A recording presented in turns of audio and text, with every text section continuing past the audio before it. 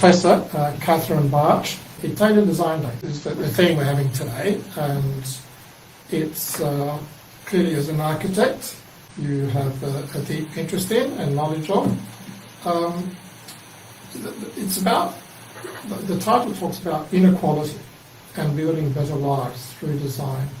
But isn't design just about making things so you can live in them or eat with them or drink with them? To my mind, design is so much more than just the function, and for a long time, maybe forever, it's always been motivated by larger social, cultural, political issues. I think it's very difficult to say that it's just to serve a function. It's part of the way we live in cities, and especially when we look at the built environment architecture, landscape architecture, urban design, which are the disciplines that I'm involved in. These are about improving people's quality of life, making a better quality of life. And, we live in one of the most livable cities in the world. And I would say that owes no small part to high quality design. At the same time, yes, design can be abused. It can create inequalities. And so I think we can look at the whole, at a big picture to really understand the complexity of design, but certainly more than just serving a function. Okay, can help to create inequalities, and so maybe it can be a way to keep people down. Well, let's pursue that a little bit. So how does that work? Well, I think there's countless examples of architecture or the design of space building in these inequalities. If we think of the design of the pyramids, to commemorate the pharaohs forever, they're built to last forever. If we think of the inequalities of the labour force to create those, we see tremendous inequalities. If we think of the Gran Palazzi and how there's this really clear structure of master and servant, and the grand spaces for the upper class, how they're served, the actual spaces, we can learn from how small or secondary those spaces are. There's some classic examples where we might see inequality built into architecture, and we can multiply those examples. But we go right back to Aristotle in the Politics, and he's talking about urban design. He talks about the grid and how the grid is egalitarian, how the orientation of the city is to improve people's reticulation of water, access to water or access to fresh air. And so I think we can find good examples of inequality as well as egalitarian ambitions in the built environment. Okay, you've just reminded me, as you were saying, that I was thinking about water in Rome, for example, how you can find lots of fresh water fountains. It's not only in Rome, but it was a particular initiative, I can't remember which pope right now, to bring water through to the people. I'm not saying the popes are particularly good or bad designers or governors. So design can be used to help improve the lives in that. Absolutely, and I hope that more and more, and I hope with our students that they really appreciate that as a lesson as well, that we are designing with a view to improve people's quality of life. Yeah, okay. How does that still operate? You mentioned, I think, the grid and how the city is designed. Adelaide in particular, what's special about Adelaide? It's a little tangent, this one, but why? Yeah. Well, I think it's... Because I know very little about the design of Adelaide, just the little, very basic item that it was designed like a Roman camp, right, with perpendicular streets, but not much beyond that. So, I think if we think of the city more broadly with this vision to be surrounded by parklands, have that access to open space, this is something that is really a strong characteristic of the plan that we inherited, and but then we could talk about the inequalities and how this was imposed on Ghana land. So straight away we can start to look at these impositions on unceded land. We can look at some of the opportunities in landscape architecture that have lasted from that plan, surrounded by the parklands, and how with projects by landscape architects, for example, we see many spaces, public spaces, that are encouraging people to stay in the city, to be outside, to enjoy fresh air. We see this in many projects that have been recognised that really create access and outdoor space. You know, we really take it for granted in Adelaide. The quality of our streets, the quality of our parklands, the ability for people to play outside for free, or, you know, with their families. We've got the live golf, whatever. I'm no golfer, but you know, these events are for the public, and we can also look to public projects through architecture as well. I would say there are so many examples in civic works, civic spaces, public spaces, which we can trace back to that legacy of the plan within the parkland, where that open space is about accessibility and inclusivity and place for the citizens to enjoy their city, whether it's footy, whether it's cycling, whether it's golf. Yes, I keep on, every now and then I meet young families who come here from usually, and their children, having lived in apartments, come to Adelaide and they've got all these parks and they say they want to go back. Yeah. Actually, I'm just remembering now my brother and my mum came back from Italy with my brother, and they came home to our house here in Adelaide, and apparently he ran around the house 3 times. He said, "Is this all ours?" Which is very different. Yeah. And the pandemic showed how important those public spaces are for health, for well-being, for people's peace of mind to enjoy those outdoor spaces. And yes, having our friends in Italy and for them to be confined in apartments and that small balcony space was so vital for that connection. Yes. In addition to the digital world, of course, but face-to-face communication counts for so much, and how can we create that and build that as to opportunities for encounter in our built environment. I think we have a responsibility to do that. I'm so glad to be here face to face with you today instead of just on Zoom again. Yes, so, that's an important, very important. So yeah. So I've noticed in your research background you have a big interest in Islamic architecture. I think that means North African, but it might not. Maybe you can explain. Because Islamic is different, you didn't say North African. But how does it work differently? Does it work differently in that tradition? Well, and my work is quite broad, but certainly I've been looking for some time at architecture for Muslim communities, and with the Waqf documents, with different types of documents, which one might see as policy documents. There were lots of recommendations about how you build and how you might be able to ensure adequate light into spaces, how you're not impinging on your neighbour's house through the orientation of the building or the location. You know, we talked today about overshadowing and designing and planning our cities so that there's fairness for citizens, and so we find that this is just one little example, but you know, we see the same monumental architecture which is privileged and for the elite, and which is creating inequalities. We see extraordinary projects like the great Ottoman complexes, which were places for prayer, but then also had a whole range of facilities for the community in terms of hospitals or way stations for travellers, or a whole range of facilities for outreach for a broader community to promote inclusivity and, you know, the many functions that can benefit not just those that lived in a particular city, but those that were visiting and moving from one place to another. So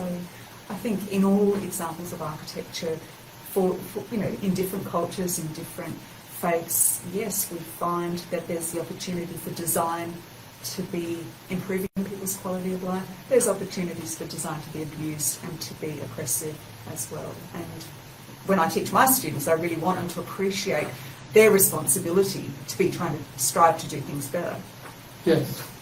You know, a lot of that is not just about the designer or the architect or the landscape architect. It's about that holistic organisation of society. Who's funding the project? What is their motive? What are their ambitions? And how are they looking for benefiting the wider public? And, you know, here, you know, we've got lots of work in local government, Renewal SA, different types of organisations who are working with architects, working with engineers, working with policymakers. And when that comes together and there's a united vision to improve people's quality of life, I think we see great things. And we can find examples historically, and we hope to see examples moving forward. Okay, let's meld the the Arab world and Italy, with the Italian Design Day, I'm aware that the Arabs went through Moors through southern Europe, but I'm more aware of the presence of Arab architecture in Spain, at the Alhambra, just for example, and not so much in southern Italy. In Spain, for example, there were 8 centuries Okay. of Muslim rule, and that was such an important location for the transmission of knowledge from antiquity through into Western Europe prior to the Renaissance. So we see incredible centres like Toledo or Cordoba, which were bringing scholars and attracting them from all across the Mediterranean region, for example. But in Italy there was 200 years of Muslim rule, and then Roger II took power.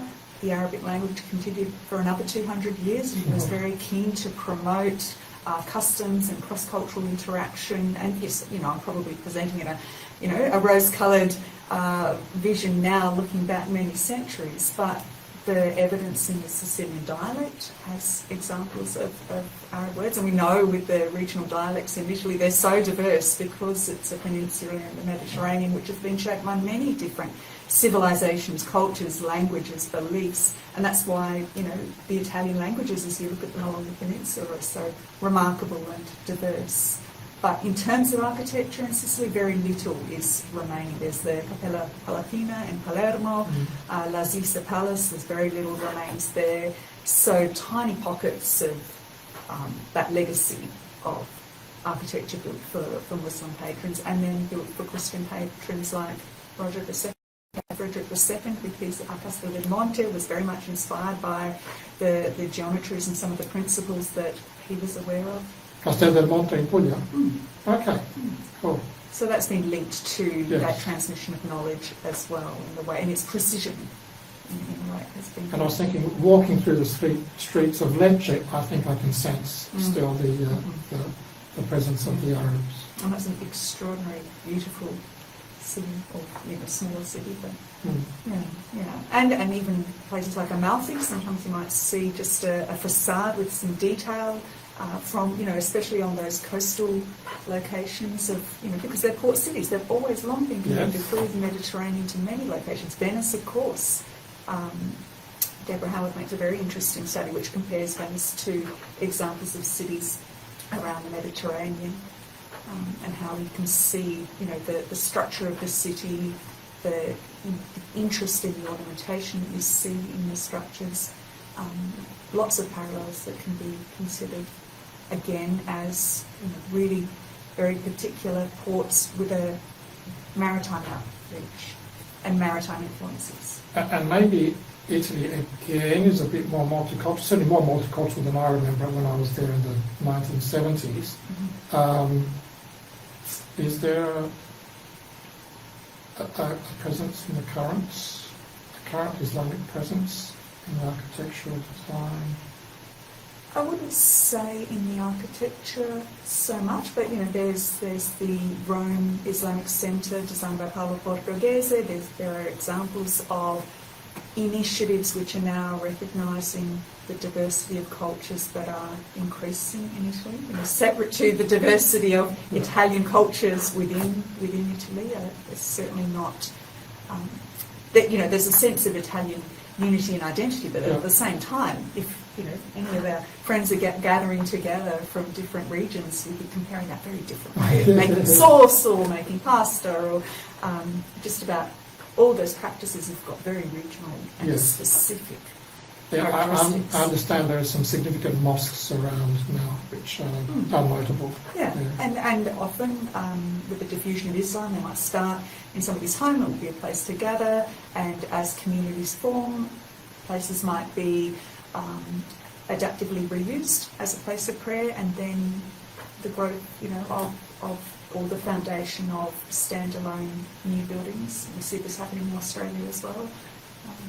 It's fascinating. But something I brought up with a couple of the previous guests, that so the people here from Clem Homes are saying there's a trend towards, shall we say, a bit of Mediterranean concepts, but also European concepts coming into building at the moment, design. So post-COVID in particular, like being able to live outdoors, live at home more, have maybe even Al fresco. 1 or 2 studies in the home because people are working from home a bit more, or a lot more than used to be the case.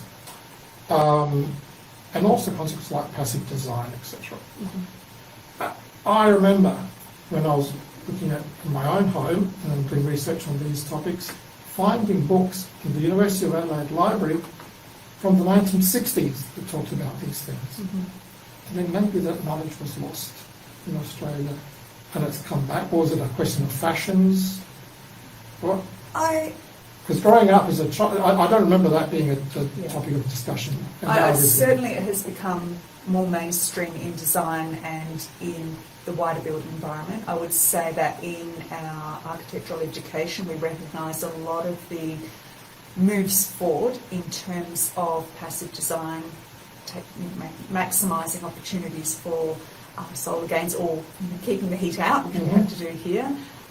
So I would say that it has a longer history, but in terms of bringing that into mainstream design, trying to reduce emissions, trying to create al fresco areas or transitional areas because we have this temperate climate, the hot, dry summers, the mild, wet winters, we've got this much more opportunity to be living outdoors and to complementing our interior spaces. And I think that now is, not that it didn't exist, but now it's much more mainstream. And post-COVID, we're so aware of the benefit of our outdoor spaces as well. Yes. If that answers your question. No, that's right. No, that makes sense to me. And we're going to go over time, but that's fine. I'm enjoying myself too much. The question I was going to ask. Yes. Okay. So how I first came across you was because you were mentioned to me by a gentleman called George Zilante. And then we were talking, and this was actually about this time last year, because I was thinking about Italian Design Day, and he mentioned this project, the presence at the Biennale in Venice. Yes. Which I see is featured on your website. Yes. And what's the significance of that? So we exhibited an example or a range of projects that we have done in the school at the Time Space Existence exhibition, which is like an offshoot of the Biennale di Venezia. So that was a very small space in a beautiful palazzo just near the Rialto. But one of the projects there that I worked on with George and with also Tony Giannone, who's a local architect, and our students, was a design for a gateway monument in the Comune of Parulli, and that's in Campania.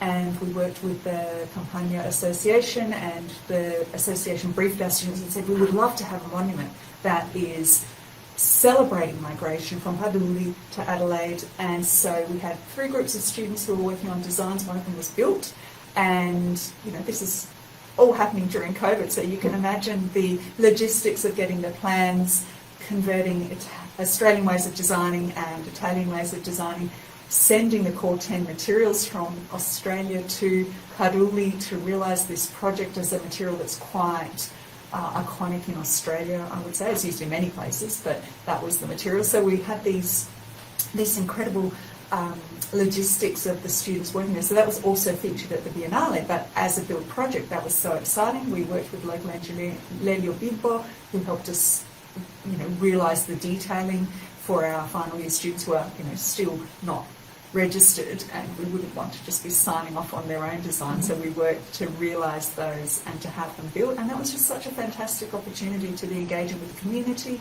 Our students were very multicultural in their background, but all had stories of migration. That was part of their experiences that they brought to their design project. And so that was one of the exhibits that we had through film and images that we represented at the Biennale.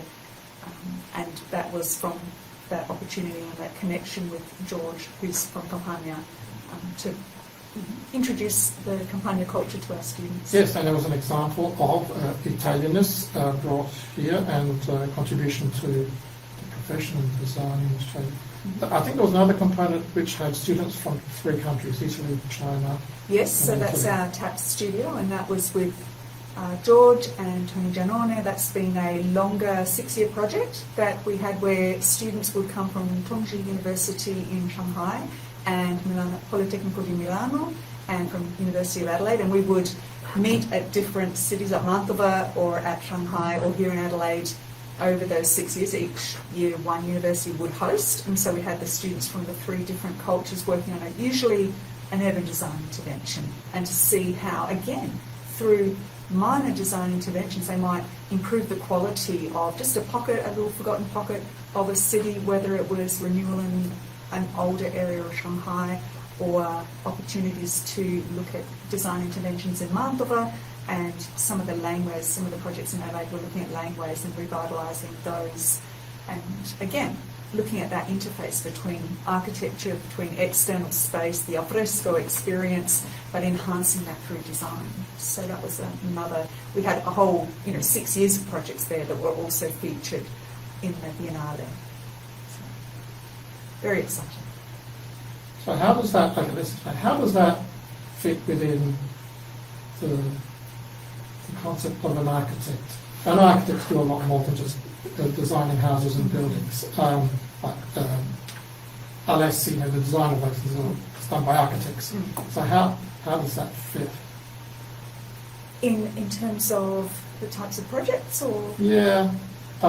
So when someone goes to university and studies architecture, they're not only, they're doing potentially a lot more than looking at buildings. Absolutely, and I think it's really important to appreciate the scale of the types of projects that students might engage in, because most design offices, of course, will do residential work, but for many of the mid to larger offices, I would say that's a small part of their body of work. There's a lot of larger scale civic projects, or as large as a hospital or a school, or working on adaptive reuse. So we would teach our students, yes, of course, design studio, where they might work on a range of different scales of project, but also we bring in historical content, and historical content is always political in framing our understanding of the built environment.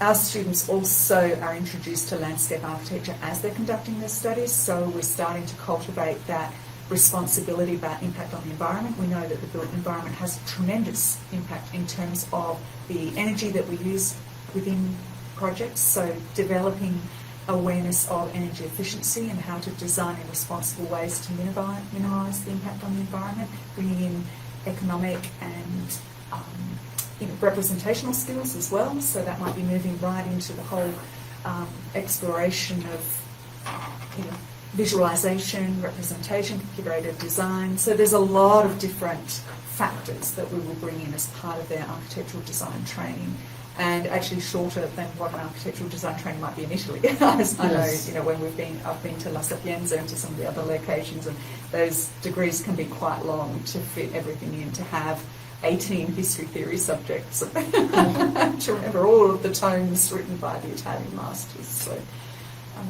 there's a lot to learn to ensure that our students are holistic in their approach to design, that they're responsible, that they appreciate the complexities of the motives for designs and different stakeholders, the importance of planners and policy makers, working with engineers, working in collaborative ways, and that's where there is the most successful design that is truly multidisciplinary and with a focus on the wider public. Because even if one is not using a building, you still have to look at it. They still have to be impacted on it by its presence within the city. So urban design and awareness of architecture within the city is a large part of what we teach as well. As you were talking, I was reminded of the one conversation I had with Senator Natale, the head of the Greens. He was a doctor, a medical doctor, and I said, how did you get into politics? Well, over time he realised how a lot of human health is determined by social factors and the environment, and he was wanting to work on that. It's not just taking drugs or whatever, genetics. Anyway, so now, way over time, but that's cool. So George Zilante introduced you to me as a max, I think, speaking Italian and having some Italian connections. Bartsch does not sound like an Italian No, name. no, So Adesso that's mio marito è italiano, e Okay. ho studiato italiano a scuola media e scuola superiore, e poi ho incontrato mio marito e lui parla dialetto, Ah. allora non possiamo comunicare tanto bene perché lui parla dialetto. Ah, di dov'è la famiglia? Di dov'è la famiglia del marito? Di dove sono in Italia? Dalle Marche, Dalle vicino Marche. Ascoli, Ah. un villaggio si chiama Castignano. Ok, cool. E allora hai imparato, hai studiato italiano a scuola? Sì, Dove? Qui ad Adelaide? a Griffith. Oh, Abitavo a Griffith per più di 10 anni, Ah. allora ci sono tanti italiani a Griffith, 70% d'origine italiano, 40% nato in Italia in questo periodo, negli anni 70. Sì. E a scuola c'erano tanti italiani, i miei vicini erano italiani, allora ho imparato italiano, non c'era nessun altro. No, bello. Ok, è bello sentire di questa iniziativa con l'Italia, questo progetto con l'Italia e la Cina, dove gli studenti hanno l'opportunità di lavorare in contesti sociali e intellettuali diversi e apre